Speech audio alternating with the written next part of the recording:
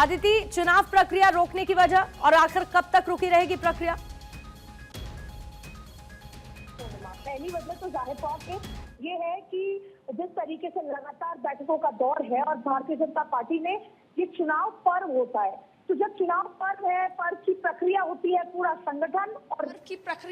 पूरा संगठन और राष्ट्रीय नेतृत्व उसमें इन्वॉल्व होता है। अभी आप देखें कि टोटल 19 राज्यों के प्रदेश अध्यक्ष अनाउंस होने थे, उसके बाद राष्ट्रीय अध्यक्ष अनाउंस हो सकते हैं 50+1 करके, जो भी पूरी एक संवैधानिक प्रक्रिया होती है पार्टी की। उसमें से 15 राज्यों के अनाउंस हो चुके थे, 4 राज्यों के और अनाउंस होने थे, जिसमें से उत्तर प्रदेश एक बड़ा राज्य है, गुजरात एक बहुत टेक्निकल राज्य है, और इसके अलावा भी कर्नाटक है, कई ऐसी जगह थी, हिमाचल है, इन सबके अनाउंस होने थे। कर्नाटक और खास तौर पे गुजरात और उत्तर प्रदेश, ये 3 वो राज्य थे जहां पर प्रदेश अध्यक्ष अनाउंस होने में गुटबाजी नजर आ रही थी और अभी तक तय करने में वो फैसला नहीं लिया जा रहा था। अब बात होती है कि क्यों स्थगित हुआ, तो स्थगित इसलिए किया गया क्योंकि अभी पूरा का पूरा जो दिल्ली है, जो शीर्ष नेतृत्व है, वो किस तरीके से इन्वॉल्व है कि क्या करना है, क्या एक्शन होगा, बॉर्डर पे क्या सिक्योरिटी है, क्या कुछ फोर्सेस लगानी है, किस तरीके से और डिप्लोमेटिक फैसले लेने हैं, इस वजह से इसको स्थगित कर दिया गया है। ये तो एक वजह है कि पुलगाम हमले के बाद से जो पार्टी इन्वॉल्व है, जिस तरीके से जो शीर्ष नेतृत्व इन्वॉल्व है, लेकिन इसके इतर एक और बात है। इसके इतर दूसरी बात यह है कि चुनाव पर तो चल रहा था, लेकिन कहीं ना कहीं उत्तर प्रदेश के अध्यक्ष के फाइनलाइजेशन में सहमति नहीं बन रही थी। कर्नाटक को तो होल्ड ही कर दिया था, यहाँ तक कि उत्तर प्रदेश में भी चुनाव बाद में है, होल्ड करने की बात आ रही थी, और गुजरात में गुटबाजी नजर आ रही थी। कहते हैं कि 2 बड़े नेता आपस में कह रहे थे कि ये बनेगा या ये, तो ऐसे में शायद ये सहूलियत लगती है कि बिहार का चुनाव अभी जेपी नड्डा, जो कि लंबे समय से चले आ रहे हैं, उनका एक्सटेंशन भी 2025 के 20 जनवरी को खत्म हो चुका था, लेकिन फिर भी वो एक्सटेंड हो रहे हैं और अब लगता है कि बिहार चुनाव तक वो एक्सटेंड होंगे। फिलहाल वजह यह बताई जा रही है कि पुलगाम हमले के बाद पूरा राष्ट्रीय नेतृत्व, आरएसएस इन तमाम प्रक्रियाओं में व्यस्त है, इसलिए राष्ट्रीय अध्यक्ष के चुनाव को, प्रक्रियाओं को होल्ड किया जा रहा है।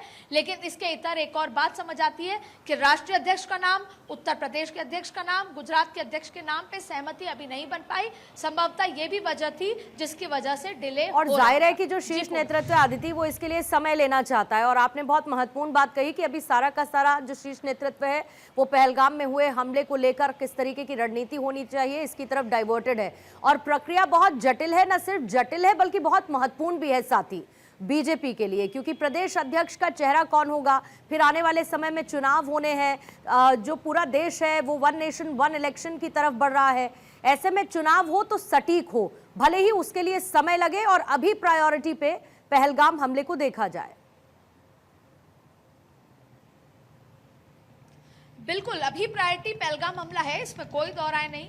अलग अलग से अलग अलग छटके बातें नजर आती हैं।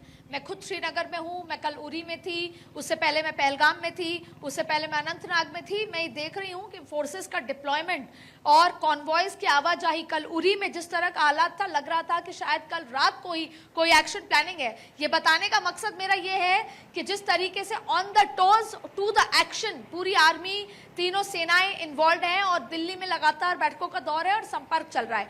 और इससे बड़ी बात, जो सर्च ऑपरेशन चल रहे हैं, चाहे साउथ कश्मीर का जिक्र कर ले, चाहे नॉर्थ कश्मीर का जिक्र कर ले, इसके साथ साथ जो 9 आतंकवादी जो थे, या यूं कहे कि मिलिटेंट्स थे, उनके घर को ढहा है। एक अलग तरीके का जो जिसे बोलते हैं एक्शन नजर आ रहा है यहाँ पर।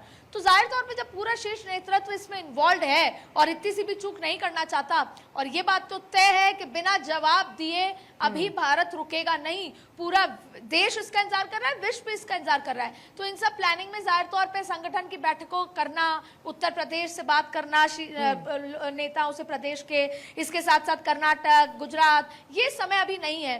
फिर राष्ट्रीय अध्यक्ष के लिए संघ से बातचीत करना, तो ये समय अभी नहीं बचा। और चुनाव की प्रक्रिया इतनी आसान नहीं है, चुनाव की प्रक्रिया भी प्रॉपर होती है, तो इसलिए उसको बैक सीट पर रख दिया गया है।